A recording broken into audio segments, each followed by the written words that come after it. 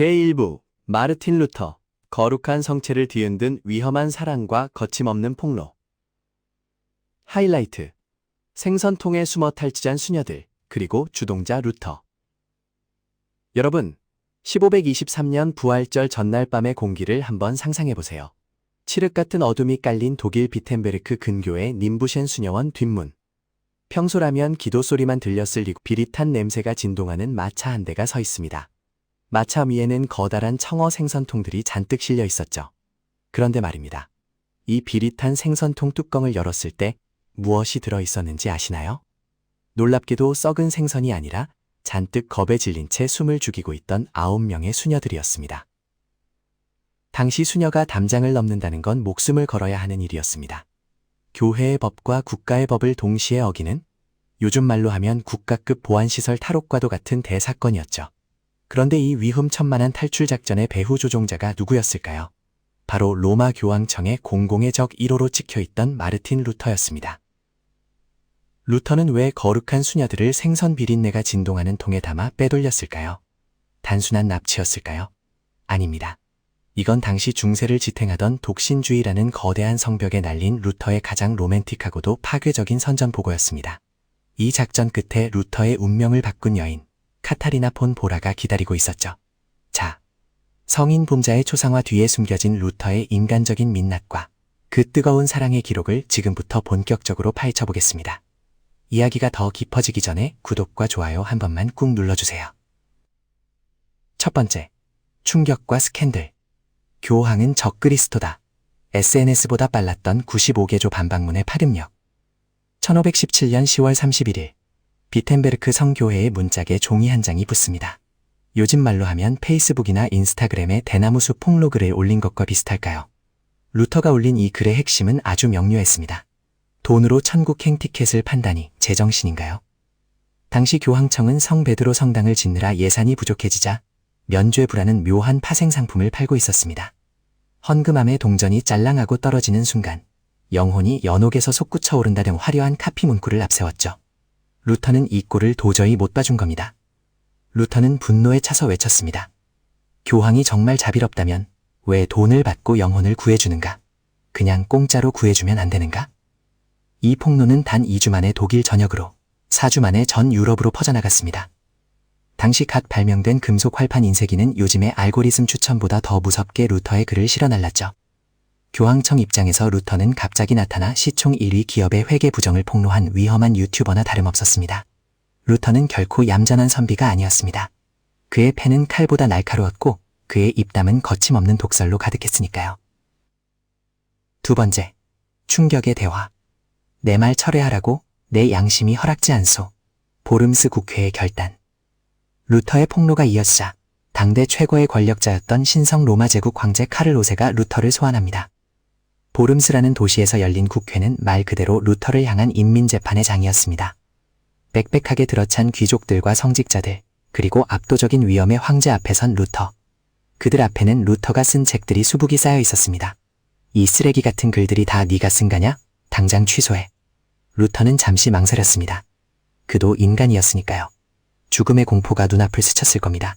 하지만 그는 하루의 생각 시간을 달라고 한 뒤 다음날 역사에 남을 명대사를 남깁니다. 내 양심은 하느님의 말씀에 사로잡혀 있습니다. 나는 아무것도 철회할 수 없으며 철회하지도 않겠습니다. 양심에 어긋나게 행동하는 것은 안전하지도 않고 바르지도 않기 때문입니다. 나는 여기 서 있습니다. 나는 달리 어찌할 수 없습니다. 여러분, 요즘 말로 하면 갑질하는 대기업 총수와 정부기관 앞에서 내 소신 굽힐 수 없다고 선언한 신입사원이나 마찬가지인 상황입니다. 이 선언 하나로 루터는 파문당했고 누구나 루터를 죽여도 법적 처벌을 받지 않는 법 밖의 사람이 되었습니다. 이제 루터의 목숨은 바람 앞에 등불과 같았습니다. 세 번째, 기행과 안전. 가짜 유괴 사건, 그리고 잉크병을 던진 조지기사. 보름스 국회 이후 집으로 돌아가던 루터가 갑자기 나타난 복면 괴한들에게 납치당합니다. 사람들은 난리가 났죠. 교황의 끈앞풀들이 루터를 죽였다. 하지만 반전이 있었습니다. 이 유괴 사건은 루터를 아끼던 제후 현자 프리드리히가 꾸민 가짜 납치극이었습니다. 루터는 바르트부르크 성에 갇히게 되는데 여기서 그는 이름을 조지 기사로 바꾸고 수염을 기리며 신분을 숨깁니다. 요즘으로 치면 증인 보호 프로그램에 들어간 셈이죠. 그런데 이 성 안에서 루터는 지독한 변비와 환각에 시달립니다. 악마가 나타나 자기를 괴롭힌다고 생각한 루터는 벽에 대고 잉크병을 던져버립니다. 지금도 그 성 벽에는 잉크 자국이 남아있다고 하죠. 하지만 루터는 미친 게 아니었습니다. 그는 그 좁은 방에서 딱 11주 만에 신약 성경을 그리스어에서 독일어로 번역해냅니다. 라틴어를 모르는 서민들도 직접 성경을 읽을 수 있게 한 것이죠. 성경을 학자들의 전유물에서 시장 바닥 아낙네들의 말로 돌려주겠다는 것이 그의 목표였습니다. 이건 당시 지식 정보의 민주화를 이룬 현대의 인터넷 보급만큼이나 엄청난 사건이었습니다. 네 번째, 인간적 고뇌. 사랑인가 책임인가? 수녀 카타리나와의 기묘한 동거. 자, 다시 아까 그 생선통 이야기로 돌아가 볼까요? 탈출에 성공한 9명의 수녀 중 8명은 루터의 주선으로 다들 시집을 가거나 일자리를 찾았습니다. 그런데 딱 한 명, 카타리나 폰 보라만 남게 되었습니다. 그녀는 자존심이 세고 똑똑한 여인이었습니다. 루터가 권해주는 다른 신랑감들을 거절하며 이렇게 말했죠. 당신, 루터라면 모를까? 다른 사람은 싫어요. 루터는 당황했습니다. 당시 그는 나는 결혼하지 않겠다고 공언하고 다녔거든요. 언제 죽을지 모르는 현상수배범 신세였으니까요. 게다가 전직 수녀와 전직 신부가 결혼한다. 이건 당시 중세 사람들에게 외계인이 나타났다는 소식보다 더 충격적인 스캔들이었습니다. 하지만 루터는 고민 끝에 결단을 내립니다. 내 아버지를 기쁘게 해드리고 교황을 열받게 하며 내 가르침을 내 삶으로 증명하기 위해 결혼하겠다. 참 루터다운 이이죠. 그렇게 1525년 42세의 루터와 26세의 카타리나는 결혼에 꼴이 납니다.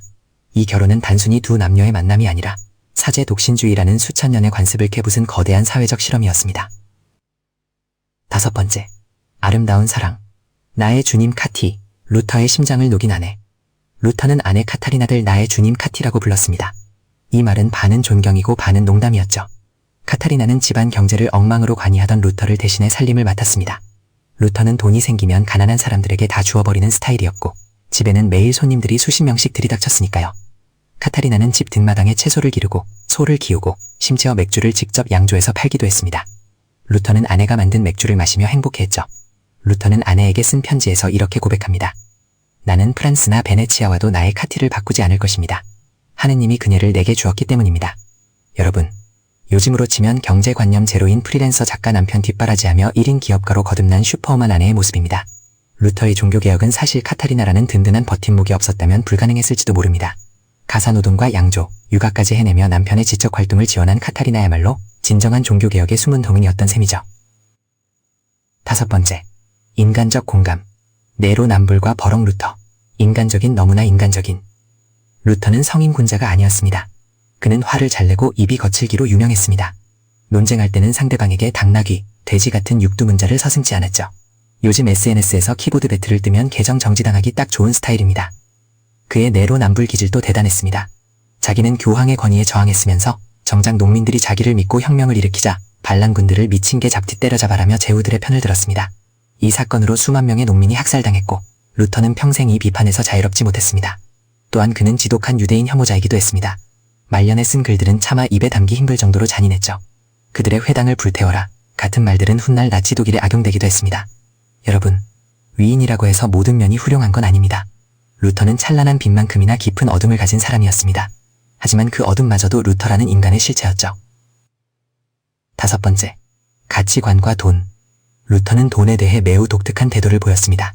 그는 대학 교수로서 받는 급여와 책 인세를 받을 수 있었지만 출판사로부터 인세를 한 푼도 받지 않았습니다.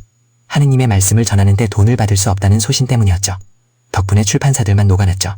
하지만 생활은 늘 쪼들렸습니다. 카타리나가 없었다면 아마 루터는 파산했을 겁니다. 그는 가난을 찬양하지는 않았지만 부를 축적하는 것에는 극도로 냉소적이었습니다. 요즘의 파이어족이나 재테크 열풍을 루터가 봤다면 뭐라고 했을까요? 아마 호통을 쳤을 겁니다. 이웃을 위해 쓰지 않는 돈은 똥이나 다름없더라고 말이죠. 그는 경제적 가치보다 정신적 가치를 우선시했습니다. 하지만 아이러니하게도 그가 주장한 직업 소명설, 모든 직업은 거룩하다는 것이 훗날 자본주의가 싹트는 윤리적 토대가 되었습니다. 본인은 무소유를 지향했지만 세상에는 부를 만드는 논리를 제공한 셈이죠. 다섯 번째, 제1구 마무리. 사랑이라는 이름의 개혁. 루터의 인생에서 가장 아름다웠던 순간은 대단한 신학적 발견을 했을 때가 아니라 아픈 딸 마그달레나의 침대 곁에서 눈물을 흘리며 기도할 때였습니다. 13살 나이에 세상을 떠나는 딸을 보며 루터는 절규했습니다. 하느님, 제가 이렇게 딸을 사랑하는데 당신은 어찌하여 데려가려고 하십니까? 철석 같은 믿음을 가졌던 그도 자식의 죽음 앞에서는 그저 힘없는 아버지에 불과했습니다. 이 찢어지는 고통 속에서도 루터는 삶을 포기하지 않았습니다. 그는 아내와 함께 남은 아이들을 키우며 다시 펜을 들었습니다. 루터가 바꾼 것은 종교만이 아니었습니다.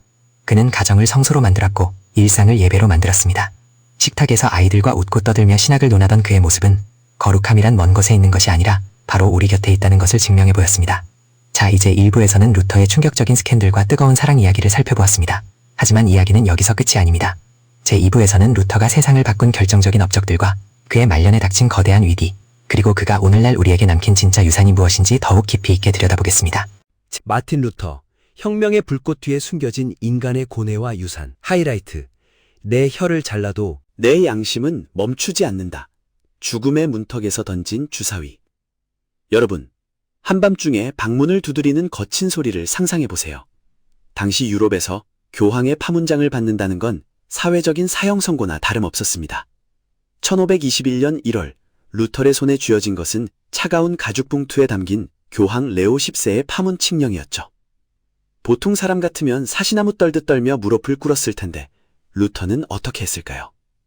비텐베르크 광장, 수많은 학생과 시민이 지켜보는 가운데 루터는 타오르는 불길 속에 그 파문장을 던져버립니다. 네가 하느님의 진리를 괴롭혔으니 영원한 불이 너를 괴롭힐 것이다 라며 사자후를 토했죠. 이건 요즘 말로 하면 국세청과 검찰 그리고 청와대의 경고장을 한꺼번에 받아들고는 생방송 카메라 앞에서 불태워버린 것과 같습니다. 이 무모할 정도의 용기, 아니 어쩌면 광기에 가까운 이 행동이 역사의 물줄기를 바꿨습니다. 자, 이제 이 뜨거운 불길이 루터의 남은 생애를 어떻게 태웠는지 그 두 번째 이야기를 시작합니다. 구독과 좋아요는 큰 힘이 됩니다. 한 번씩만 눌러주세요.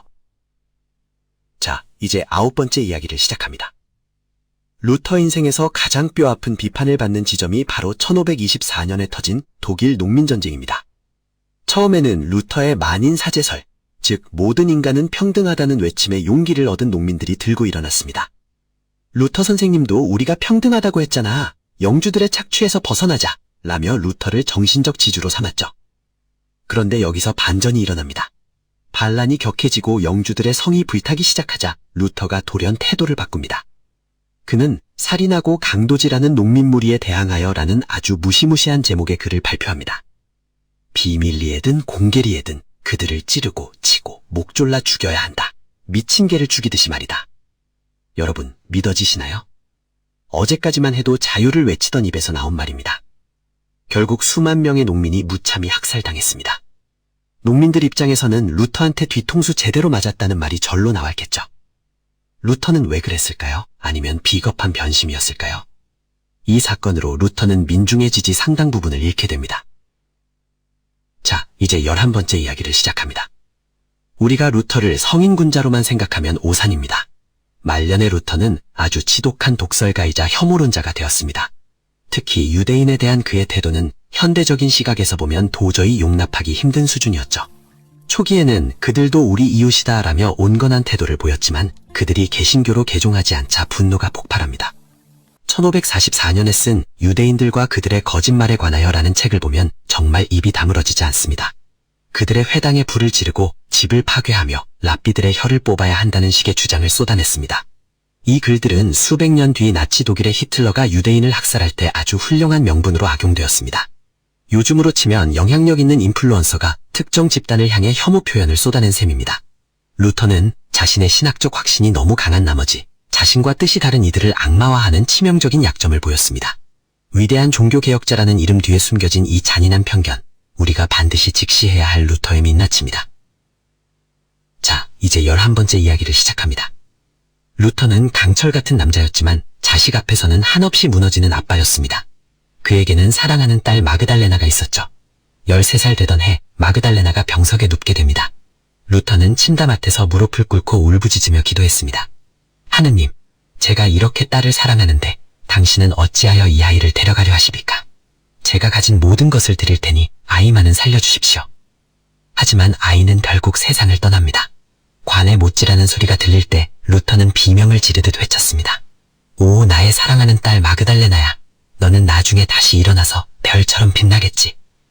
평생 믿음 하나로 버틴 그였지만 딸의 죽음 앞에서는 하느님을 원망하기도 하고 지독한 상실감에 식음전폐를 하기도 했습니다. 아내 카타리나 역시 실성한 듯 울었지만 루터는 아내를 다독이며 이렇게 속삭였습니다. 카티, 우리가 잠시 아이를 빌려왔던 것이라 생각합시다. 주인이 찾아가신 거요. 말은 그렇게 했지만 루터는 이후 평생 딸의 초상화를 보며 눈물 지었습니다. 종교개혁이라는 거창한 과업보다 딸의 웃음 한 번이 더 소중했던 지극히 평범한 아버지의 모습입니다. 자, 이제 11번째 이야기를 시작합니다. 여러분, 루터가 아주 유명한 미식가였다는 사실 아시나요? 그는 아내가 직접 양조한 맥주를 세상에서 가장 사랑했습니다. 당시 식탁 대화록인 탁상담화를 보면 루터는 소시지와 맥주를 즐기며 거침없는 농담을 던집니다. 하는 일은 우리가 즐겁게 먹고 마시는 것을 좋아하신다. 만약 맥주를 마시는 게 죄라면 하느님은 맥주를 만들지 않으셨을 것이다. 그는 금욕주의를 싫어했습니다. 신부들은 굶고 고행해야 한다는 로마 교황청의 규칙을 비웃기도 하듯 그는 풍만한 체구를 자랑하며 인생을 즐겼습니다. 요즘으로 치면 먹방 유튜버의 기질이 다분했죠. 그는 식탁에서 친구들과 수다를 떨며 신학을 가르쳤습니다. 거룩함은 수도원의 골방에 있는 게 아니야. 가족과 함께 소시지를 씹는 식탁 위에 있다는 것이 그의 철학이었습니다. 하지만 이 왕성한 식욕 때문에 말년에는 고혈압, 당뇨, 지독한 변비에 시달렸습니다. 아내 카타리나가 여보, 고기 좀 그만 드세요 라고 잔소리해도 루터는 이건 하느님이 주신 식욕이야 라며 고집을 피웠다니 요즘 우리네 아버님들 모습과 참 비슷하지 않나요? 자, 이제 13번째 이야기를 시작합니다. 당대 최고의 지성인이었던 에라스무스와 루터의 논쟁은 지금 봐도 흥미진진합니다. 에라스무스는 점잖은 학자형이었습니다. 교회가 썩었으니 고쳐야 하지만 조용히 세련되게 합시다 라고 주장했죠. 반면 루터는 혁명가형이었습니다. 썩은 뿌리는 통째로 뽑아버려야 해 라며 들이받았습니다. 두 사람은 자유의지를 놓고 격돌했습니다. 에라스무스는 인간에게도 선을 행할 의지가 있다고 했지만 루터는 인간의 의지는 악마나 하느님이 타는 짐승과 같다. 하느님이 타시면 선으로 가도 악마가 타면 악으로 갈 뿐이다 라며 인간의 무능함을 강조했습니다. 요즘으로 치면 온건 개혁파 교수와 강성 노조 위원장의 대결이랄까요. 결국 에라스무스는 루터의 거친 독설에 질려 루터는 평화를 파괴하는 괴물이다 라며 절규를 선언합니다. 루터는 지성인들의 우아한 대화보다는 민중들의 뜨거운 가슴을 움직이는 길을 택했습니다. 이 선택이 오늘날의 개신교를 만들었지만 동시에 유럽을 피비리 내나는 종교전쟁의 소용돌이로 몰아넣기도 했습니다. 자, 이제 13번째 이야기를 시작합니다. 루터가 남긴 가장 위대한 업적 중 하나는 직업 소명설입니다. 그 전까지 거룩한 일은 오직 신부나 수녀가 되는 것뿐이었습니다. 농사를 짓거나 신발을 만드는 일은 천한 일로 여겨졌죠. 루터는 이 상식을 뒤엎었습니다. 우유 짜는 여종의 일이나 성직자의 기도는 하느님 보시기에 똑같이 거룩하다. 이 외침은 당시 유럽 사회의 경제 거조를 통째로 바꿨습니다. 내가 구두를 정직하게 만드는 것이 하느님께 드리는 예배다 라는 생각이 퍼지면서 노동의 가치가 신성시되었습니다.